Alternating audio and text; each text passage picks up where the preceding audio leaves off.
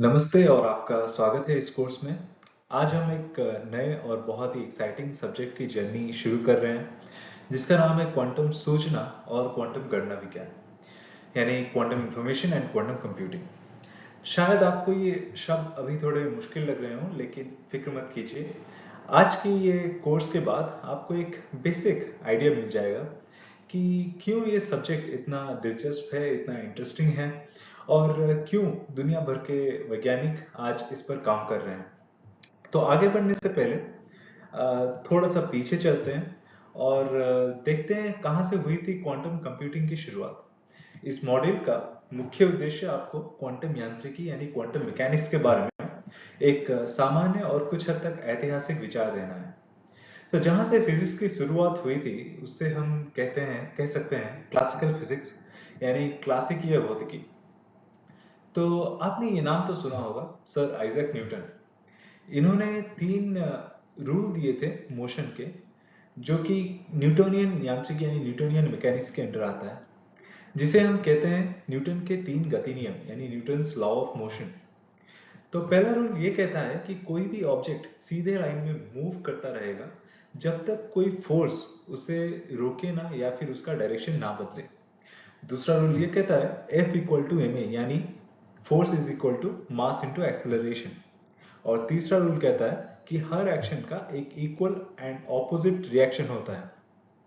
तो इन्हीं रूल से हम हमने हमारे हमारे चारों तरफ की चीजें, जैसे कि कार की स्पीड, क्रिकेट बॉल का मोशन या फिर इवन प्लैनेट्स का मूवमेंट तक को हम समझ सकते हैं। तो ये हमारे चारों तरफ की चीजों का एक निर्धारित व्यवहार यानी डिटर्मिनिस्टिक नेचर बताता है, और ये क्लासिकल पैमाने पे लागू होता है।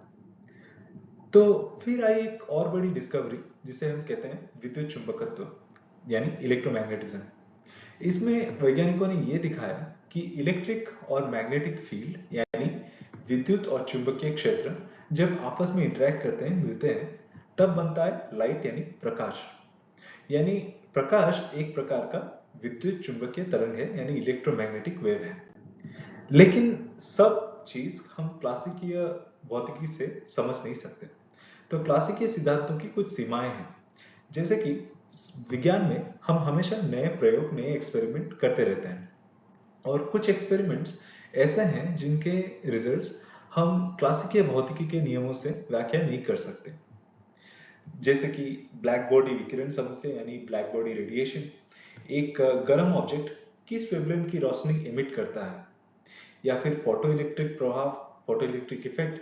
जब लाइट कोई धातु के ऊपर गिरता है तो वो कैसे इलेक्ट्रॉन बाहर निकल के आते हैं धातु में से, जो कि हमें बाद में बिजली भी देता है। परमाणु स्पेक्ट्रम यानी एटॉमिक स्पेक्ट्रम, हाइड्रोजन जैसे एटम्स, उनके लाइट का स्पेक्ट्रम में एक पैटर्न क्यों फिक्स्ड होता है। कॉम्पटन प्रभाव यानी कॉम्पटन इफेक्ट, जैसे कि एक्स रेज किसी इलेक्ट्रॉन से टकराती है और उनका डायरेक्शन और एनर्जी कैसे चेंज होता है। तो इन सब एक्सपेरिमेंट्स ने वैज्ञानिकों को कंफ्यूज किया, और मतलब क्लासिकल फिजिक्स का काम अब एक लिमिट तक ही था। तब साइंटिस्ट ने कहा हमें कुछ नया सोचना पड़ेगा, कुछ नया समझना पड़ेगा इन सब समस्याओं को समझने के लिए। तो यहां से शुरू होता है क्वांटम मैकेनिक्स यानी क्वांटम यांत्रिकी। तो क्वांटम मैकेनिक्स यानी क्वांटम यांत्रिकी एक ऐसी फिजिक्स है जो बहुत ही छोटी चीजों, जैसे कि एटम्स, इलेक्ट्रॉन्स और फोटॉन्स, उनके बिहेवियर को एक्सप्लेन करता है। जैसे क्लासिकल फिजिक्स कार और बॉल, जैसे कि हमने डिस्कस किया, वो बड़े बड़े ऑब्जेक्ट्स के लिए काम करती हैं। क्वांटम फिजिक्स उन माइक्रोस्कोपिक पार्टिकल्स के लिए है जो आप नेकेड आई से देख भी नहीं सकते। तो सबसे बड़ी बात यह है कि क्वांटम वर्ल्ड में चीजें डिटर्मिनिस्टिक नहीं होती, यानी कुछ भी 100% श्योर नहीं होता। हर चीज एक प्रोबेबिलिटी के बेसिस पर होता है। क्वांटम वर्ल्ड में कुछ अजीब फिनोमेना भी है, जिसको हम ऐसे समझ सकते हैं कि एक पार्टिकल एक ही टाइम पे दो जगह पर हो सकती है, और इसको हम सुपरपोजिशन कहते हैं। दो पार्टिकल एक दूसरे से जुड़े हुए होते हैं बिना किसी फिजिकल कांटेक्ट के, इसे हम क्वांटम एंटेंगलमेंट भी कहते हैं।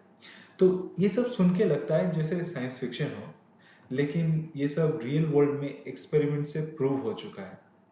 वैसे ही एक बहुत ही फेमस, बहुत ही माइंड ब्लोइंग एक्सपेरिमेंट है जो कि हम अभी डिस्कस करेंगे, जिसको हम कहते हैं डबल स्लिट एक्सपेरिमेंट।